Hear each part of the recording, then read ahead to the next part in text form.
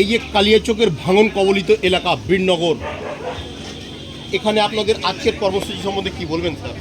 আজকে আমাদের বীরনগর গঙ্গা ভাঙনের সাধারণ মানুষের জন্য ফ্রি মেডিকেল ক্যাম্পের আমরা প্রোগ্রাম করেছি। আমাদের মালদা মেডিকেল কলেজ হসপিটাল থেকে ডাক্তার প্রদ্যোত মৌলিক সাহেব এসছেন, আমি ওনাকে অসংখ্য ধন্যবাদ জানাই, এবং সাহেব আক্তার এসছেন ডাক্তারবাবু মালদা মেডিকেল কলেজ হসপিটাল থেকে, ওনাকেও ধন্যবাদ জানাই। আমাদের মুর্শিদাবাদ থেকে আই ডিপার্টমেন্টের ডাক্তার মোস্তাকিব বাবু এসছেন, এবং এই সমস্ত আমাদের ডাক্তারবাবুকে ধন্যবাদ জানিয়ে ছোটো করবো না, চিরকৃতজ্ঞ ওনাদের প্রতি যে বীরনগর গঙ্গা ভাঙন বাসীদের জন্য উনি সুচিকিৎসার ব্যবস্থা করার জন্য এসেছেন। আর আমরা এর পাশাপাশি ফ্রি মেডিকেলের পাশাপাশি আমরা মেডিসিনেরও ব্যবস্থা করেছি, যেন ফ্রিতে আমরা মেডিসিন দিতে পারি, এবং সমস্ত আই ডিপার্টমেন্টের কোনো অপারেশন বা ড্রপ বা যে কোনো সমস্যার জন্য আমরা অপারেশনও ফ্রিতে ব্যবস্থা করার জন্য আমরা আজকে প্রোগ্রাম করেছি বীরনগর ভাঙন।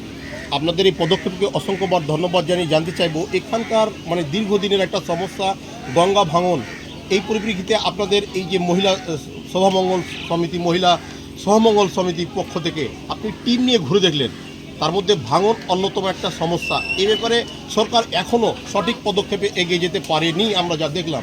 এ ব্যাপারে কিছু কি বলবেন স্যার?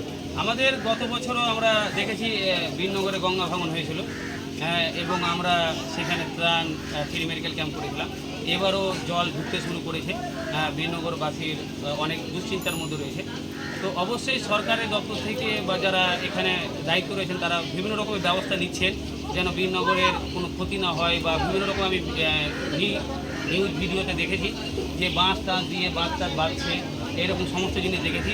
তো সরকার চেষ্টা চালাচ্ছে যে বীরনগরটাকে কীভাবে বাঁচানো যায়, বা এখানকার প্রধান উপপ্রধান বা যারা দায়িত্ব রয়েছেন তারাও চেষ্টা চালাচ্ছে, আমরা দেখেছি। তো সরকার অবশ্যই কিছু বীরনগরবাসীর জন্য ভেবেছে বাস শুরু করে।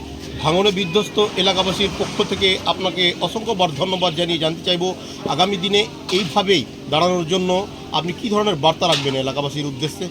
আমরা আজকে free medical camp, free medicine, অপারেশনের ব্যবস্থা রেখেছি। এরপরে আমরা রক্তদান শিবিরও করব, আমরা কিছু ত্রাণের ব্যবস্থা করব, এবং এখানকার মানুষকে আশ্বাস দিলাম যে আপনারা যে কোনো সমস্যা যদি করেন আমরা শোভা মহিলা মঙ্গল সমিতি থেকে সমস্ত রকমের পরিষেবা দেওয়ার চেষ্টা করব। আপনার নাম পরিচয়টা বলবেন? আমি শোভা মহিলা মঙ্গল সমিতির পরিচালক, আমি শোভা মহিলা মঙ্গল সমিতির সোসাইটি সেক্রেটারি রাইস। এইটা মাইক্রোফোন ডাক্তারবাবু।